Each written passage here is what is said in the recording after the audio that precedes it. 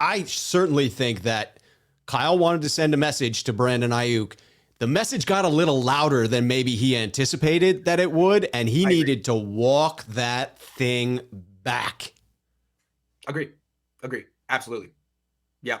And so I think what you said is that Kyle likes that dog mindset, and to me, what is that? To me, it's Trent Sherfield, 100, everything that he's about. It's Yes. a guy who practices his hardest every day, is consistent, doesn't miss time, isn't necessarily the most gifted athlete. No. Isn't skating by on his first round pedigree or gifts, is the grinder. Also, someone who has no ego.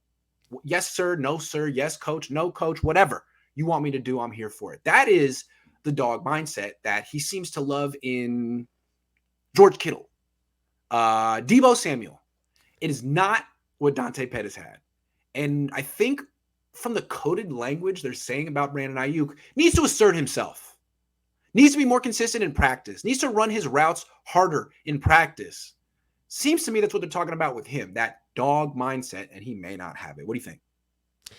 Yeah, it seems to be something that Shanahan craves, and perhaps it goes back to what he saw in himself as a less than stellar, physically gifted wide receiver back in college, that he had to have this professionalism and bring his lunch pail to work every day and grind. And frankly, Wes Welker was the same way. Not exactly a first-round pick.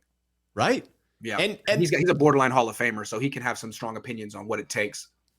Yeah, and there's nothing wrong with seeking out that type of a player. I think that it's great to have an ideal in mind. But what struck me is, while being so particular and looking for a type of mindset, it seems like the 49ers, between Shanahan and Lynch, are awful at judging who has that mindset prior to drafting them. I agree. But, I think I figured this out. They got it right one year with one player. Deebo. How did they get it right with Deebo?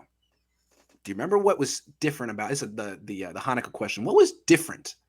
What about 2019 was different from all other drafts for the 49ers? Coaching the Senior Bowl? Coached the Senior Bowl. Yes.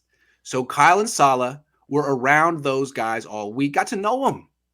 And I think what we saw with Dante Pettis is, you may have liked his tape, but you didn't know him at all. And there was a reason the scouts were down on him, and you didn't get it. And then with Brandon Aiyuk, I'm not saying that he's Dante Pettis, but you didn't know him as well as you knew Deebo Samuel. And if there's something about him that you're just now discovering that you're not wild about, that's because you didn't know him as well as Deebo Samuel. And so when you have these coaches picking players, it helps when they get to coach the Senior Bowl. It only helps. And when they don't, and they still have the same type of conviction, these things can happen. Yeah, to me, it seems inflexible. It seems to be another area where potentially ego is entering the equation. It's an unwillingness to simply coach a different style of player in that regard. If you're not great at picking out who has this dog mindset, then you need to get over requiring this dog mindset of your wide receivers. To me, it seems a little bit ridiculous that we even have the term doghouse for Kyle. The idea that he needs to send this message by sitting a player. I mean, these are grown men, professionals. It would seem that you could coach them up in some other way, as opposed to this sink or swim way in which Kyle seems to throw his wide receivers out there and just say, all right, either you can or you can't. You cannot do that to a former first-round pick that you expect great things from. Coach him up. You traded up for him. Here's how I look at it. It's like Kyle's single, all right? And he's looking for that wide receiver that he can settle down with. And he's on Tinder, and he sees one, and he just is like, that's the one. Oh, my God. What a first impression. Look at that. And within 15 minutes, he's got his mind made up. And he trades up, and he makes a real aggressive play. And then on like the fourth date, he's like, I didn't know this person at all. This is not what I had in mind. I'm totally disappointed.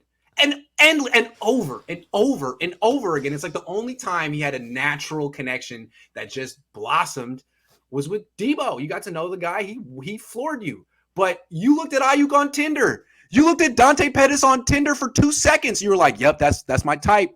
And then you went on the 8th date and you're like, oh my God. If you talk about cats one more freaking time, Dante, it's over. I don't like cats. That's to me, that's Kyle. Yeah, they moved in together a little too early. Yeah, absolutely. He keeps doing that. Stop trading up for these guys. You don't even know them. Kyle.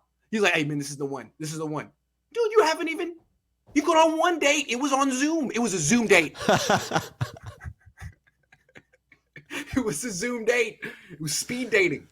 All right, Will Craig says, if we average 35 plus a game, do you think that's enough to help bail out a lesser performing defense? I think it's possible. You know, if the Niners average 36 points a game, somehow, some way, I think they're going to win some games. We think. That might be enough. That might be enough. If you can score an average 35 and you're not winning games, you are setting average records. 130 per game. Do you think they'll go to the playoffs? Yes. Will, I'm not making fun of you. I like the question. But yeah, you're absolutely right. This offense, yeah. And that's what we're expecting this week, essentially.